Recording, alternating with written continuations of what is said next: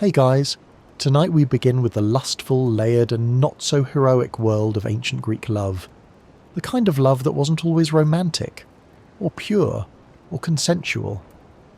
This is the sweaty, wine-stained, politically complicated mess of sex, romance and dating in a society that worshipped beauty, argued with philosophy and still managed to completely overcomplicate human intimacy.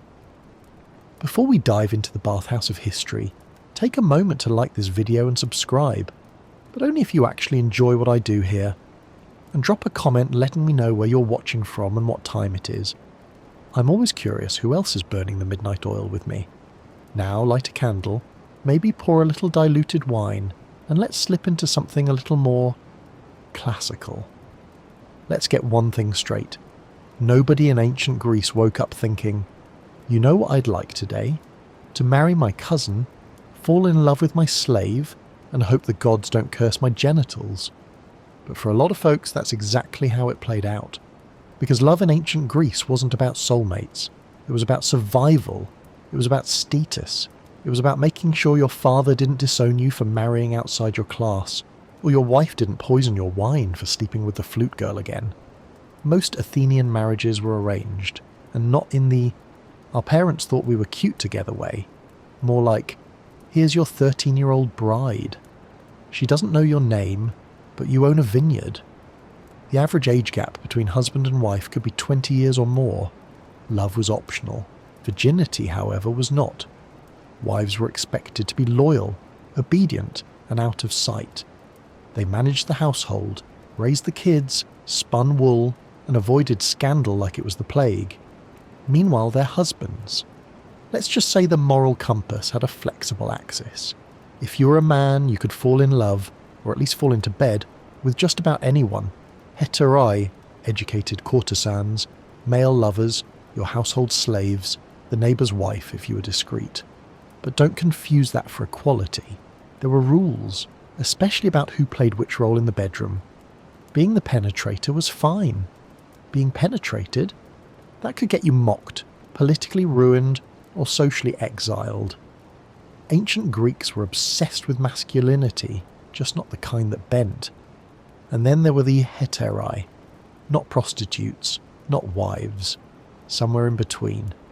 They were smart, well-read, charming, and often the only women men actually talked to. A hetera could hold her own in philosophical debate, compose poetry and recite Homer while reclining nude on a couch and drinking wine. She couldn't vote.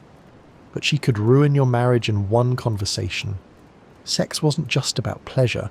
It was ritual. It was politics. It was power. Aphrodite had her temples. So did Eros. Offerings were made. Prayers were whispered. People carved love notes into marble and scratched dirty poems onto pottery. And let's not pretend everyone played fair. There were love potions, jealousy killings, public accusations of adultery that could land you in court. Or worse, consent. That's a modern word. In ancient Greece, the line between seduction and coercion was as thin as the hem on a chiton. But within all that, within the imbalance, the rules, the rituals, there were real stories. Quiet ones, strange ones, tender ones. Stories of couples who found love despite everything. Of lovers separated by war. Of women loving women under the gaze of disapproving gods. Of men who risked ruin to touch hands in the shadow of a temple. One of those stories begins not in a temple or a love letter, but in a law court. And if that sounds unromantic, well, that's kind of the point. Because tonight we're talking about adultery laws, and buckle up because the double standards were sharper than a Spartan spear. In classical Athens, cheating wasn't just a domestic mess, it was a civic issue. If a man caught another man sleeping with his wife, he could legally kill him on the spot. No trial, no questions. Just stab first, sort paperwork later. But let's clarify. It wasn't about betrayal of love. It was about property. A wife was part of the oikos, the household, and any tampering with that was a direct attack on the husband's honour and lineage. Not to mention the unsettling fear of raising another man's child. So yeah, blood got spilled. Now here's where it gets spicy. If a married man slept with a hetaera, a slave, or even someone else's wife and didn't get caught. Society mostly shrugged. Boys will be boys, they said. Except in ancient Athens, they said it in Greek, and probably while drunk on Retsina. The punishment for a cheating wife: public disgrace, divorce. In some cases, forced prostitution. Yes, really. A woman caught committing adultery could be barred from attending religious ceremonies, and even locked away by her family to live in disgrace. Because nothing says moral high ground like shaming the woman and high-fiving the man. But it wasn't just legal consequences. There was public humiliation too. Men would parade around the city mocking adulterers by dressing them in ridiculous clothes, shaving their heads, or even sticking a radish somewhere radishes should never go. I wish that was a joke. It is not. All this created a strange kind of sexual economy. If a woman wanted freedom, intelligence, or even a shred of independence, becoming a hetaerae was often more liberating than becoming a wife. And ironically, those same men who enforced the rules, they turned around and confided their hearts, their politics, and their pillow talk to women who could never marry them. So, what did love look like under all that scrutiny? It looked like whispered meetings in gardens. It looked like coded glances at feasts. It looked like secret poems tucked inside sandals. It looked like fear and risk and occasional moments of breathless defiance. Because in ancient Greece, love wasn't private, it was public theatre, and the stakes were always higher for the ones who didn't get to write the rules. Next, we shift from laws to performance. Because if you think the courts were dramatic, wait until you see what happened behind the curtains of the amphitheatre, and in the beds of the playwrights who wrote them. Because sex, romance and scandal didn't just play out behind closed doors. They were the headline act, the juicy gossip and the public sport of Athens. The amphitheatre wasn't just a place for plays. It was a stage where social norms were challenged, desires were teased, and the complicated dance between power and passion took centre stage. Theatrical festivals like the Dionysia were city-wide parties dedicated to Dionysus, the god of wine, fertility, and, you guessed it, wild behaviour. For days, Athenians gathered to watch tragedies and comedies that pulled no punches. They laughed at the gods, sneered at politicians, and gossiped about neighbours disguised as heroes and villains on stage. But the theatre wasn't just entertainment. It was a mirror reflecting society's messy relationship with sex and love. Take the playwright Aristophanes, for example. His comedies were filled with bawdy humour and outrageous sexual jokes that would make even the most open-minded modern-day comedy writer blush. He wasn't shy about mocking politicians' manhood, the sexual prowess, or lack thereof, of public figures, or the promiscuity of hetaerae. His plays were political commentary wrapped in slapstick and innuendo, a way for Athenians to vent frustrations about everything from war to adultery without getting themselves dragged into court. Actors, meanwhile, occupied a strange limbo. They were admired for their craft, but also viewed with suspicion and moral scepticism. The profession wasn't exactly high society. Acting was considered a bit low, a profession for those who didn't quite fit elsewhere. Add to that the fact that all actors were male, yes, even female roles were played by men, and you've got a recipe for some seriously complicated relationships. Many actors led scandalous lives, rumoured to have affairs with patrons, hetaerae, or even other men, though naturally discretion was the word of the day. Speaking of hetaerae, these women often moved in and around the theatre scene. Some were muses, others financed productions or provided inspiration for characters. They were the ultimate insiders, beautiful, clever, and powerful behind the scenes, even if society barred them from formal power. Their relationships with playwrights and politicians could shape careers and influence policies, all while remaining shrouded in scandalous whispers. But here's where things get really tangled. Many playwrights and spectators were also participants in the very affairs and intrigues their plays lampooned.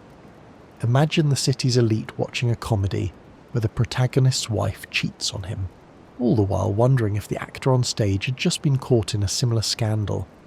It was a wild, meta soap opera, a real-life drama unfolding beneath the layers of performance. Romantic and sexual relationships in the theatre world were also shaped by the same social dynamics as the rest of Athens: age differences, class divides, and rigid gender roles. For instance, older men often took on young male lovers who might be apprentices or actors. These relationships were complex, sometimes affectionate and mentoring, other times exploitative. The lines between love, lust, and power blurred in smoky symposiums and backstage corridors. One famous story involves the tragedian Euripides, whose plays often explored taboo themes like forbidden love, gender fluidity, and social injustice. Euripides himself was rumoured to have had a complicated personal life, including an affair with a hetaerae named Moonlit. His works dared to question the gods and challenge societal norms about love and fidelity, making him both admired and criticised. Meanwhile, the audience wasn't just passive. Attending the theatre was a civic duty, a social event, and a chance to participate in communal reflection on what it meant to love and live well. The laughter, gasps, and applause were more than reactions. They were conversations, judgments, and sometimes even challenges to the status quo. So what did dating look like in this backdrop of masks, scripts, and whispered secrets? Courting was often a public affair, filled with poetry recitations, gift-giving, and subtle social manoeuvring. The theatre provided plenty of opportunities for secret meetings, under the cover of night, behind the crowds, or in the glow of oil lamps. A well-timed compliment or a stolen glance could spark a relationship as volatile and passionate as any tragedy on stage. Yet beneath the humour and spectacle, the realities were stark. Women, especially those not protected by marriage, walked a tightrope between empowerment and exploitation. For hetaerae, their charm was a kind of currency, but it came at the cost of social exclusion. For actresses, who were non-existent as professional females in that time, but sometimes women participated in amateur performances, the risk of scandal was enormous. Behind the scenes, the risks of affairs, jealousies, betrayals, and violence were very real. There are recorded instances of the love triangles ending in murder, jealous patrons destroying reputations, and political rivals using sexual scandals as weapons. The theatre, it turns out, was as much a battlefield of desire as the agora was of ideas. And what of love itself? It could be fleeting or enduring, sincere or strategic. It might begin as lust, grow into partnership, or dissolve in betrayal. The ancient Greeks understood love as a powerful force, capable of elevating or destroying lives, something to be revered, feared, and negotiated with skill. So, as the curtains fell on each performance, the drama spilled back into the streets. Lovers parted ways or plotted their next moves. Actors shed their masks but carried their secrets. The city hummed with whispered stories that would feed the next generation of plays and the next scandal. Next up, we'll dive into the private lives behind the public faces, focusing on the hidden world of intimate relationships, courtship rituals, and the often overlooked experiences of women and slaves in ancient Greek society. Because if the theatre was the stage, the real stories were waiting backstage, out of sight. The public spectacle of theatre and legal drama may have dominated Athens' gossip, but beneath the city's marble facades and philosophical debates lay quieter, more complicated lives, especially for women and slaves. For many, love and sex weren't about grand gestures or poetic verses. They were survival strategies, moments of rebellion, or simply fleeting escapes from a world that demanded silence. Unlike the hetaerae, whose beauty and wit earned them a place among the city's elite, even if on the edges, most women were bound by the strict confines of the oikos, the household. Married off as teenagers, their futures often mapped by dowries, family alliances, and their ability to produce legitimate heirs. Love? Romance? Those were luxuries for the gods and poets. not for the average Athenian wife. For wives, the household was a fortress and a cage. They spent their days weaving cloth, managing slaves, raising children, and attending to the endless rituals that kept the gods happy and the city's social order intact. The men of the house, meanwhile, wandered freely, debating philosophy in the agora, drinking wine at symposiums, or slipping off to visit hetaerae. This double standard was baked into society's DNA. Women were expected to embody modesty, loyalty, and silence. Men to pursue pleasure and power. Yet even in silence, women found ways to assert their desires. Letters, secret gifts, and whispered conversations passed between friends and lovers. And love between women wasn't just poetic myth. Sappho's verses, celebrating female desire and intimacy, are the clearest evidence that women's loves too could be tender, passionate, and real, even if socially marginalised. Slaves, meanwhile, lived lives even more constrained. They were property, their bodies and labour owned by others, yet they formed relationships, families and communities within their narrow margins of freedom. Some slaves served as household attendants, others worked in fields or workshops, but many were invisible to the public eye, except when scandal erupted. Sexual exploitation was a grim reality. Masters could, and often did, take advantage of female slaves without consequence. Children born to slaves were themselves slaves, perpetuating a cycle of bondage. Still, love blossomed even in chains. Secret liaisons, stolen kisses, and whispered promises created pockets of humanity amid harsh conditions. Courtship rituals were complicated by these social divides. Freeborn men rarely sought slaves as partners, at least not publicly, but relationships did occur. Some slaves became concubines or trusted companions. Others risked punishment for illicit affairs. The tension between desire and law shaped countless quiet dramas that never made the history books. In some cases, slave women were educated to serve as hetaerae, blending the boundaries between servitude and influence. Their survival depended on charm and cunning, walking the razor's edge between power and vulnerability. For free women, especially young girls destined for marriage, the world was a waiting game. Marriage contracts arranged by fathers sealed their fate early, and while a few powerful women, like Aspasia, the companion of Pericles, managed to carve out influence, most lived under the shadow of male authority. Yet despite these restrictions, women's voices survived in poetry, philosophy, and the occasional scandal. Plato's Symposium, for example, includes discussions about the nature of love that hint at the complexity beneath the surface, between men, women, and those who defied categorization. It was a society that both celebrated beauty and constrained it, where sex was politicized, desire was regulated, and love was often a dangerous game. In the next chapter of this saga, we'll peel back another layer, exploring the surprising realities of same-sex relationships and the fluidity of desire in a world obsessed with gender and honour. Because ancient Greece was not as black and white as the marble statues suggest. If you thought love and sex in ancient Greece was simple, spoiler alert, they absolutely were not. Beneath the surface of arranged marriages, hetaerae salons and public spectacles of fidelity, there thrived a complicated, sometimes contradictory world of same-sex relationships. This wasn't just a footnote in history, it was a vibrant, if often coded, part of daily life, full of passion, power plays, and yes, plenty of confusion. In classical Athens, relationships between men were common and culturally significant, but they came with a very specific set of rules.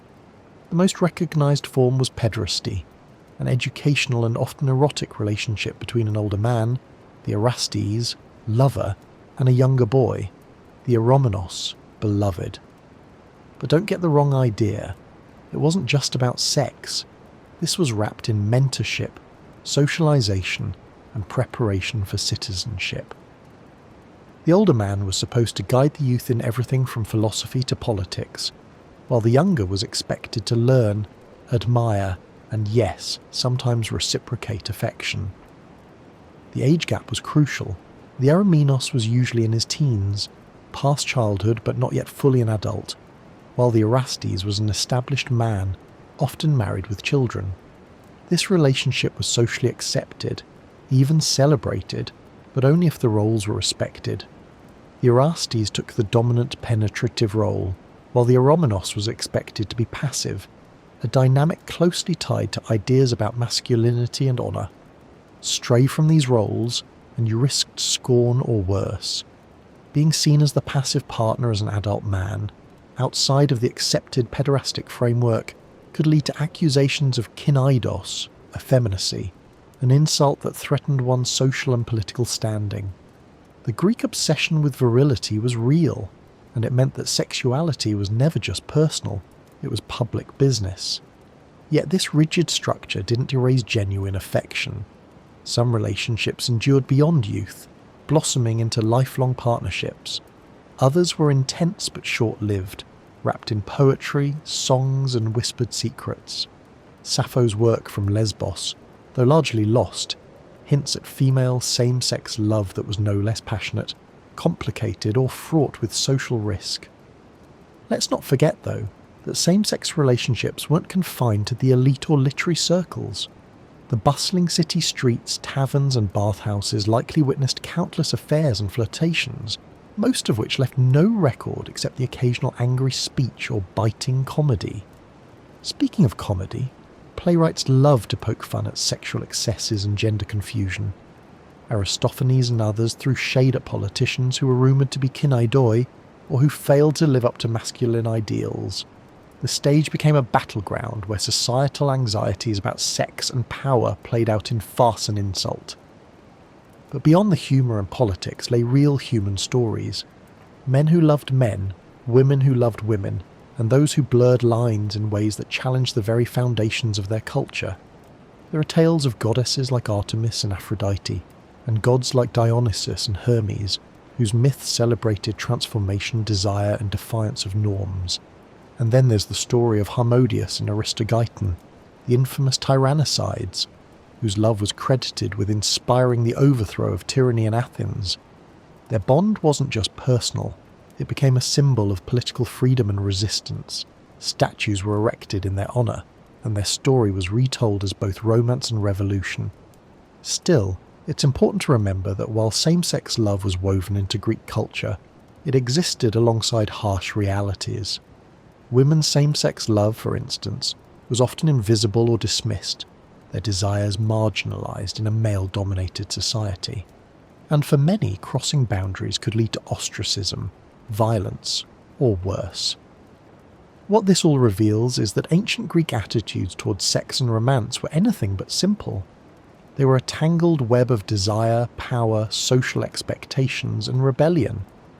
The Greeks worshipped love gods, debated the nature of eros in their academies, and yet treated sexuality as both sacred and scandalous. The public and private collided daily, producing a culture that could be both wildly permissive and brutally restrictive. Next, we'll turn our attention to the institution of marriage itself, lessons from the altar, the bedroom, and the market, where love was often the last thing on anyone's mind, but the stakes were highest of all. Because in ancient Greece, marriage wasn't just a union of two people, it was the foundation of society, politics, and survival. Marriage in ancient Greece was less a romantic adventure, and more a carefully calculated chess move on the board of family politics and survival. Forget sweeping love stories or candlelit dinners. Think dowries, legal contracts, and long-term strategies designed to preserve wealth, power, and bloodlines. In Athens, marriage was primarily about producing legitimate heirs to carry on the family name and manage property. A woman's primary role was to bear children, preferably sons, and raise them within the strict social codes of the oikos. Love? That was a bonus, if it happened at all. Most brides were between 13 and 16 years old, while their grooms were often in their late 20s or 30s, a gap that might raise eyebrows today but was socially accepted then. Fathers arranged marriages, negotiating dowries and alliances like business deals. The young bride, usually barely out of childhood, was expected to move into her husband's home, leaving behind the only life she'd known. Dowries weren't just gifts. They were a woman's security and a bargaining chip for her family. The size and quality of the dowry could influence the marriage's success, the wife's status within her new household, and her future safety. If a husband mistreated his wife, her family could sometimes intervene, though sometimes was often a stretch. Once married, the wife's life was cloistered. She managed the household, oversaw slaves, and ensured the smooth running of daily life. She was expected to be modest, loyal, and above all chaste. Public appearances were rare. Most women lived in the gyneceum, the women's quarters, shielded from the male gaze and social life. Meanwhile, men enjoyed a very different existence. They participated in civic life, attended symposiums, and as we've seen, indulged in relationships with hetaerae, slaves, and sometimes other men.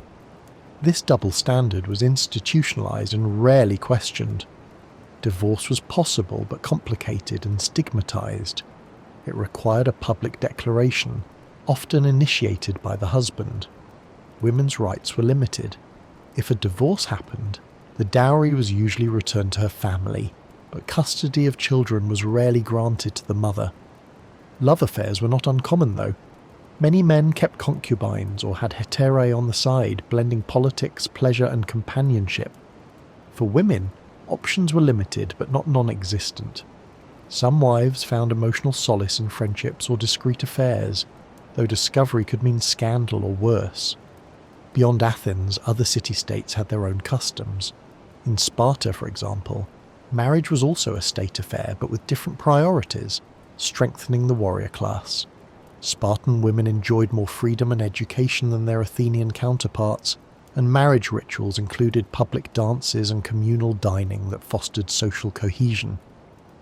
Marriage ceremonies themselves were elaborate. The bride was dressed in a saffron-coloured robe, her hair styled with intricate braids, and the wedding procession was a communal celebration involving music, feasting, and ritual purification. The moment she entered her husband's home marked a profound shift in identity. She became the protector of his household and honour. Legal documents accompanied these rituals, including the Gamos contract specifying rights, duties and protections. These contracts protected property and offspring but rarely addressed emotional bonds. Amid all this, love poetry thrived. Poets like Sappho, Anacreon, and Theocritus wrote verses that whispered of desire, longing, and heartbreak, reminders that even within these rigid structures, human emotions found expression. Still, the tensions were ever present. Husbands feared infidelity and illegitimacy. Wives feared abandonment and disgrace. Children were caught in the crossfire of family ambitions. In short, marriage was a political institution dressed in the trappings of tradition and ritual, where love might bloom but was never guaranteed. It was less a contract between two hearts and more a treaty between two families. So as you imagine that ancient bride stepping nervously into her new home, remember, behind the veil was a lifetime of expectations, limitations, and the quiet hope that love might just find a way. Next, we'll explore the wild world beyond marriage, the nightlife of ancient Athens, where symposiums, music, and wine blurred lines between companionship, romance, and outright debauchery. Because after all, if marriage was the serious business, then the party was where the real stories happened. If marriage was the serious, rule-bound business of ancient Athens, then the nightlife was where the city truly came alive, where social masks slipped off, and the boundaries between politics, pleasure, and power blurred like spilled wine on a marble floor. Welcome to the Symposium, a wine-soaked gathering where men drank, debated, flirted, and sometimes lost their inhibitions entirely. Symposiums were more than just parties. They were critical social institutions, places where alliances were forged, philosophies debated, and desires explored, all under the flickering light of oil lamps and the scent of cedar and myrrh. Picture a group of well-to-do Athenian men reclining on couches, cups of diluted wine in hand, as a hired kitharode plucks melodies on a lyre. The air buzzed with laughter, sharp wit and whispered conversations. But don't get the wrong idea, symposiums were exclusive male-only affairs. Women, even wives, were generally barred from attending, except for the hetaerae, the educated courtesans who brought not only beauty but intellect to the mix. They sang, danced, recited poetry, and could hold their own in conversations about politics and philosophy, making them far more than mere entertainment. The hetaerae's role at symposiums was complex. They were companions, muses, and sometimes negotiators of influence. Unlike wives, they enjoyed a degree of autonomy and social mobility, but only as long as they remained desirable and discreet. Their relationships with men often blurred the lines between business, pleasure, and affection. Wine flowed freely, but it was usually diluted, a necessary precaution in a culture that prized self-control as a virtue. Too much intoxication was frowned upon, though occasional lapses were part of the fun. Symposium participants engaged in games, recited drinking songs, and exchanged flirtatious banter that could quickly turn into heated debates or passionate encounters. Romantic and sexual tension was always present. Courtesies were exchanged through poetry, compliments, and sometimes daring dares. The social dynamics were intricate. Age, status, and reputation shaped who could pursue whom and how boldly. Pursuits were strategic as much as spontaneous, weaving together politics, pleasure, and personal ambition. Not all encounters were straightforward or consensual by modern standards, of course. Power imbalances, social expectations, and sometimes coercion played a role. Yet, within these constraints, individuals sought connection, whether fleeting or lasting. Symposiums were also places where male same-sex relationships flourished. Younger men, apprentices, and aspiring politicians mingled with elders, mentors, and patrons. Flirtations and affairs were woven into the fabric of these nights, as much a part of social currency as rhetoric or philosophy. But while the symposium was a playground for men, the city's streets held a different nightlife scene. Brothels, taverns, and bathhouses where common folk mingled. Prostitutes, slaves, and everyday citizens blurred social lines, and while public morality frowned on some behaviours, pragmatism often prevailed. The famous Greek bathhouses were hubs not only for cleanliness but for gossip, deals, and discreet rendezvous. Here, social hierarchies relaxed, at least temporarily, and lovers might meet under the watchful eyes of attendants and other patrons. The boundaries of class and status bent like the steam rising from hot water. Behind the scenes, jealousy, competition, and scandal simmered. Tales of lovers betrayed, patrons jilted, and forbidden trysts circulated in whispers and shouted insults alike.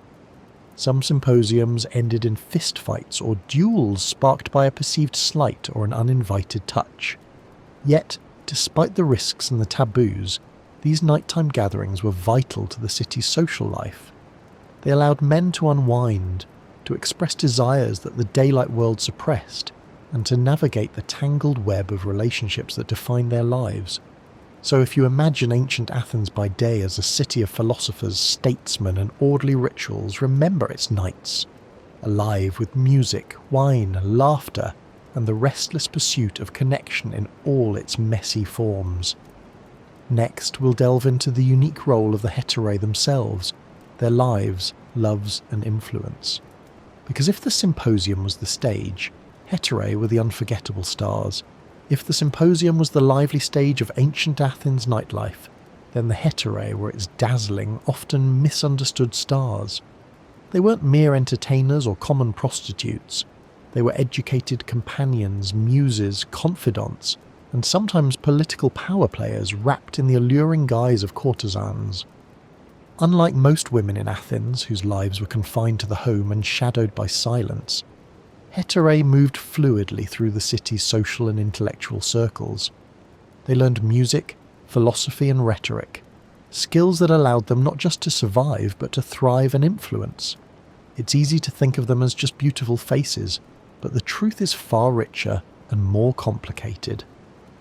Many hetaerae started life in difficult circumstances, sometimes slaves, sometimes born free, but denied traditional opportunities. Through education, charm and wit, they carved a space that was both precarious and powerful. Unlike wives, whose roles were strictly domestic and reproductive, hetaerae had autonomy, could own property, and often managed their own finances. Their relationships with men were unlike typical marriages. They were lovers, sure, but also teachers, political advisors, and social equals, if only in private. Famous figures like Pericles counted hetaerae, such as Aspasia, not just as companions, but as intellectual partners, with some historians crediting Aspasia with influencing Athenian politics and philosophy behind the scenes. Romance with a hetaera was a delicate dance. It involved desire, yes, but also negotiation, respect, and often a level of emotional complexity that defied the stereotype of the purely transactional courtesan. While they weren't wives, some hetaerae maintained long-term relationships, enjoyed a degree of independence, and cultivated patrons who ensured their material comfort. Yet, this freedom came at a price. Hetaerae lived under constant social scrutiny and were vulnerable to gossip, jealousy, and legal restrictions. They weren't fully accepted by society, and their status depended largely on their ability to maintain favour with powerful men. The moment a hetaera lost her allure or fell out of favour, her security could vanish.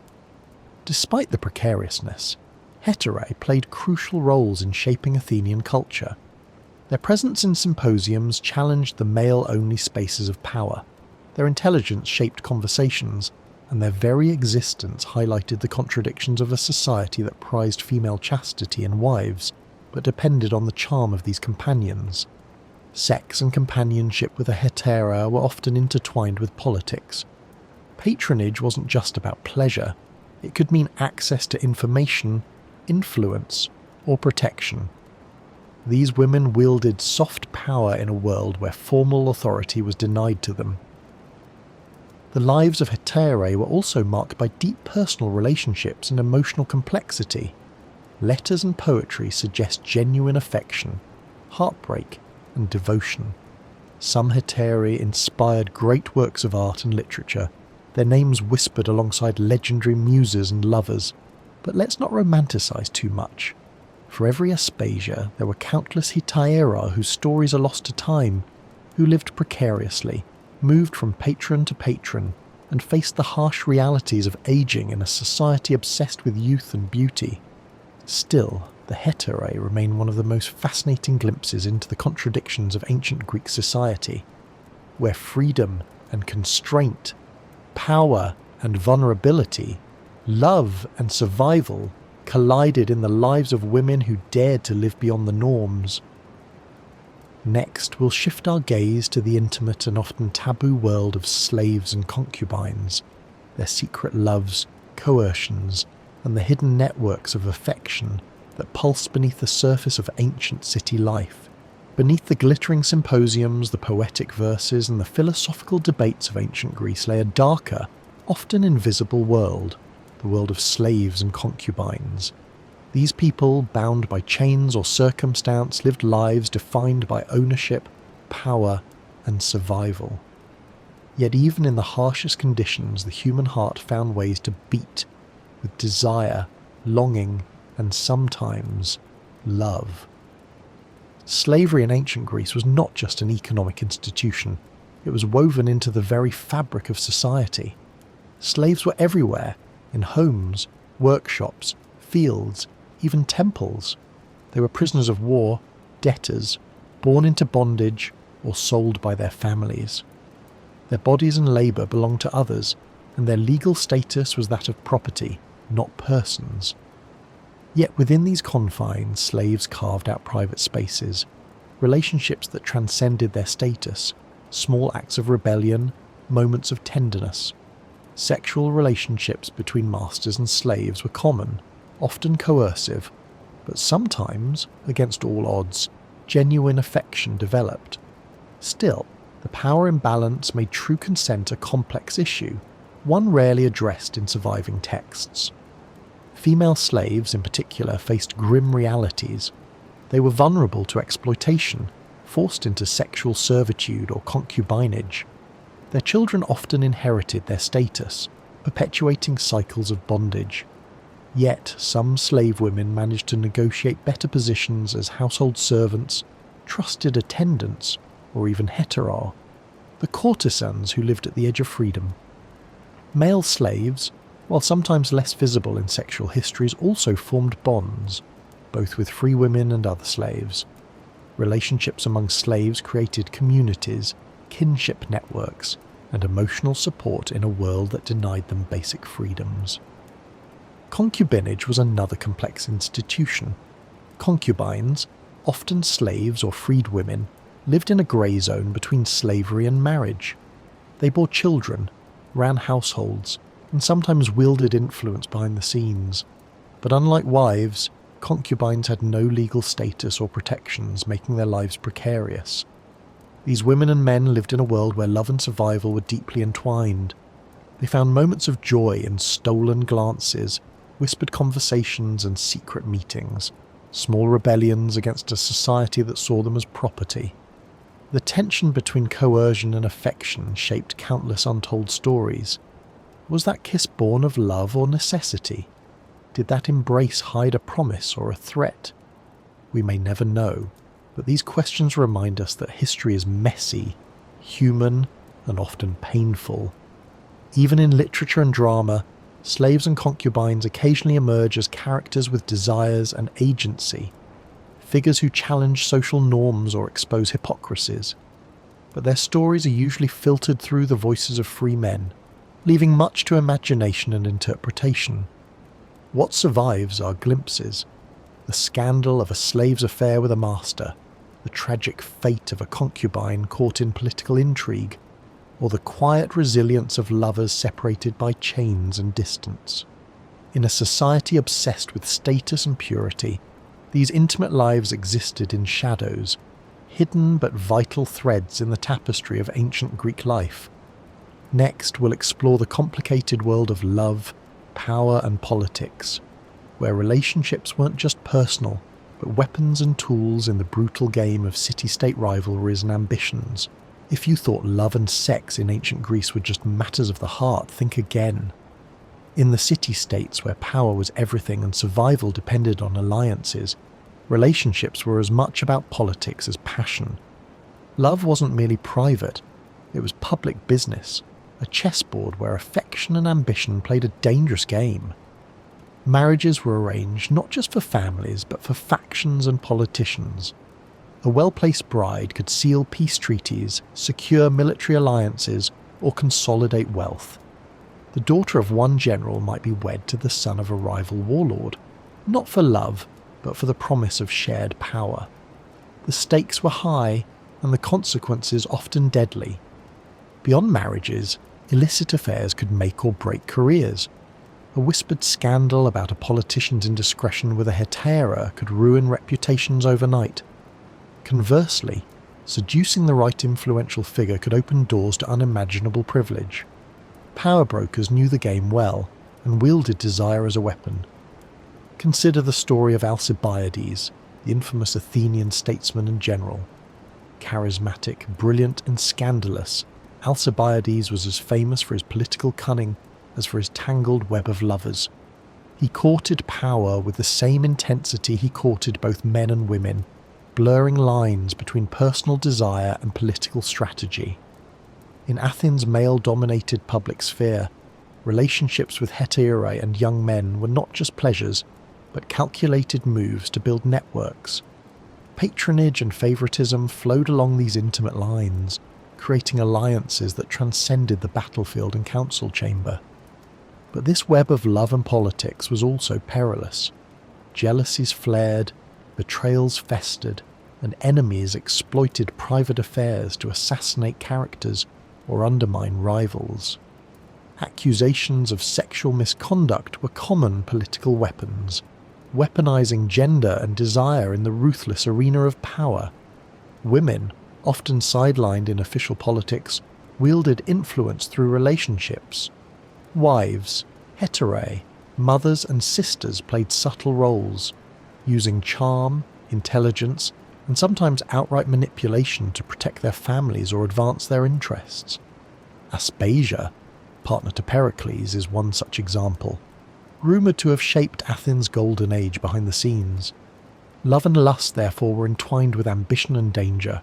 A lover's betrayal could topple kings, while a carefully nurtured affair could launch careers. Intimacy was currency, and the price was often high.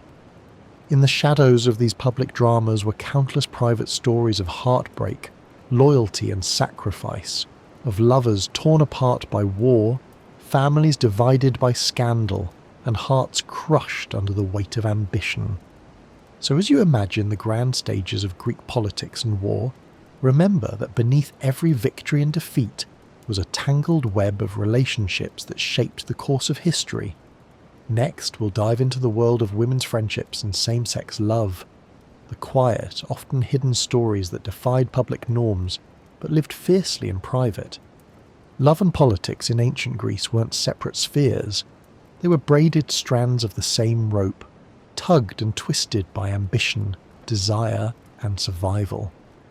The city-states might have been the playgrounds of democracy, war, and philosophy, but behind every public speech and military campaign lurked personal relationships that could build empires or destroy reputations.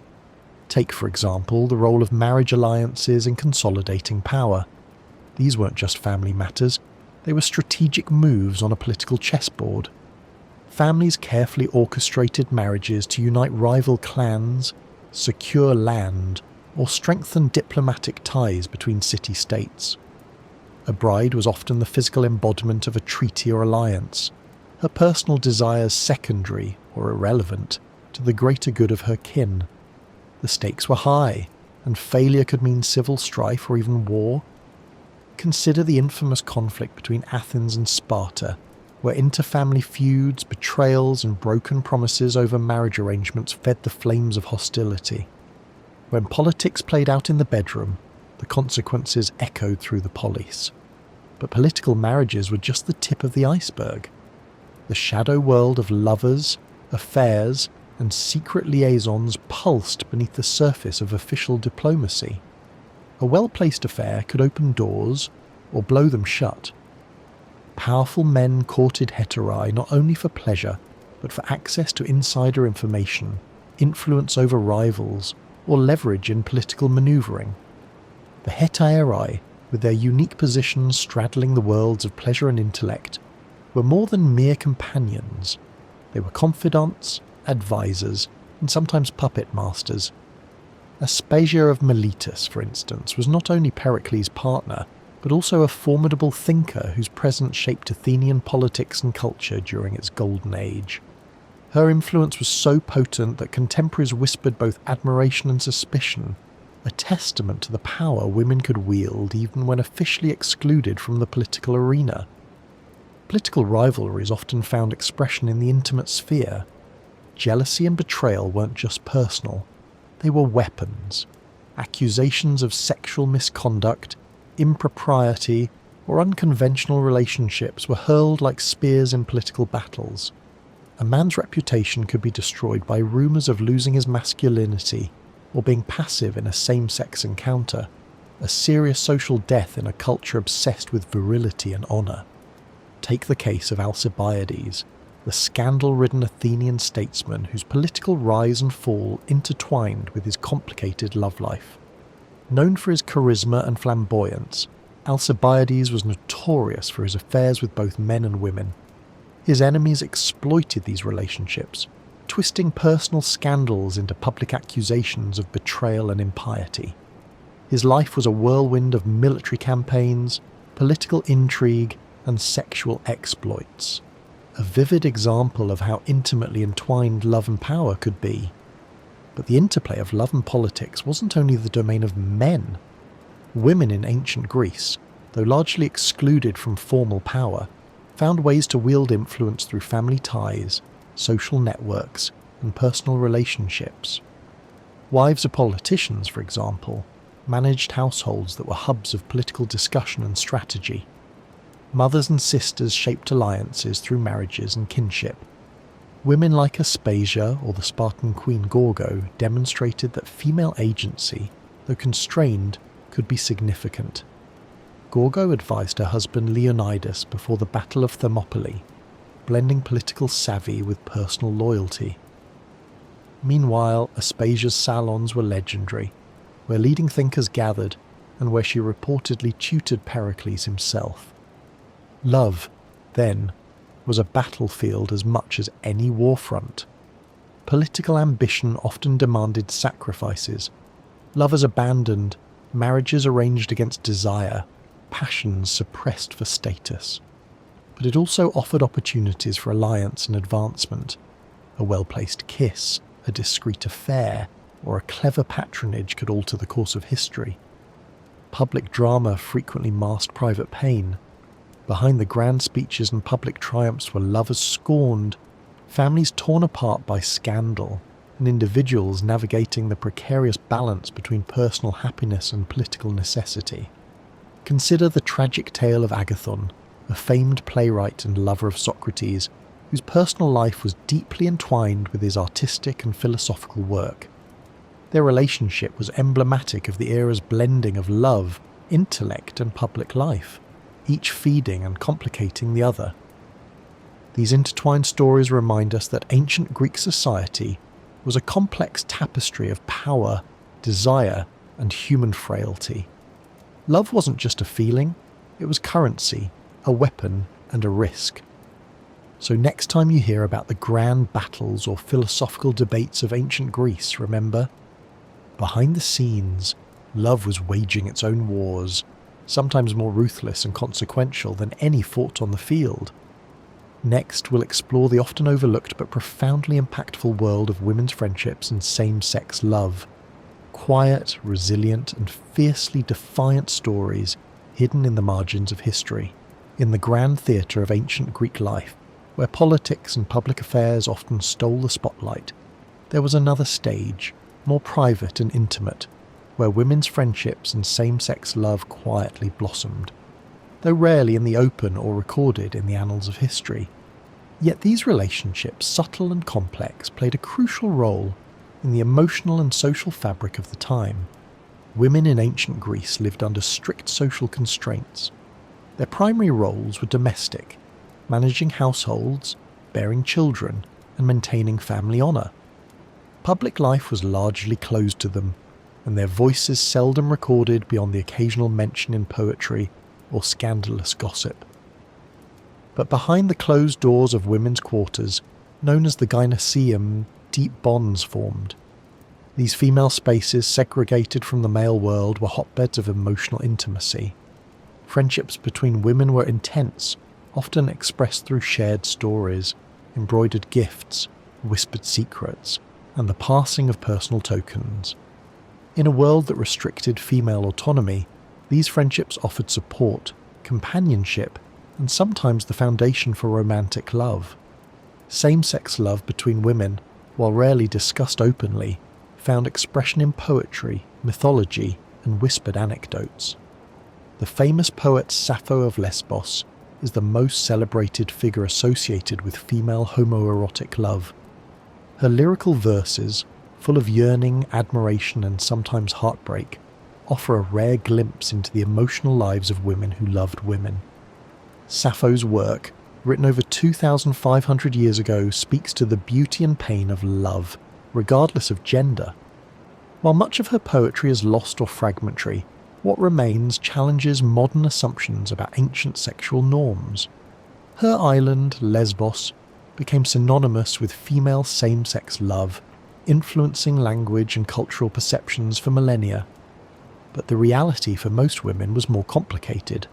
Social pressures and legal restrictions meant that expressions of female love had to be discreet.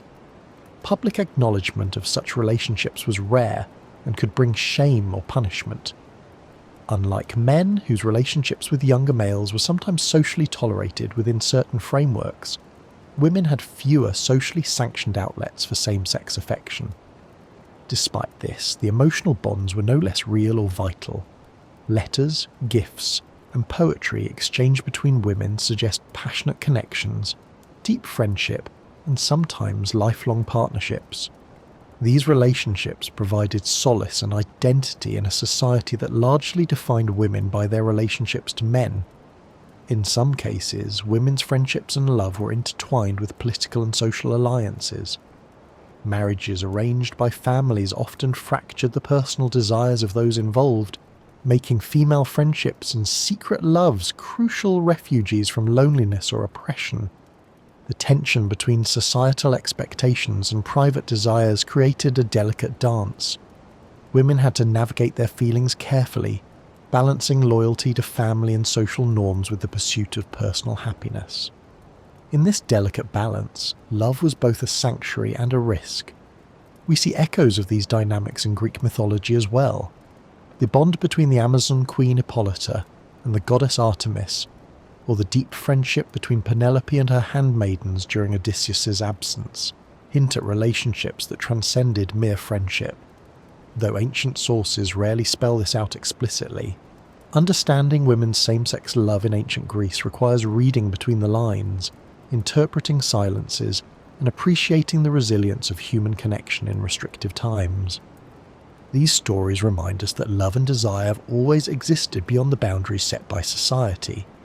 So while the grand narratives of ancient Greece focus on gods, warriors, and philosophers, the quiet love between women persisted, hidden in poetry, whispered in private chambers, and etched into the human heart.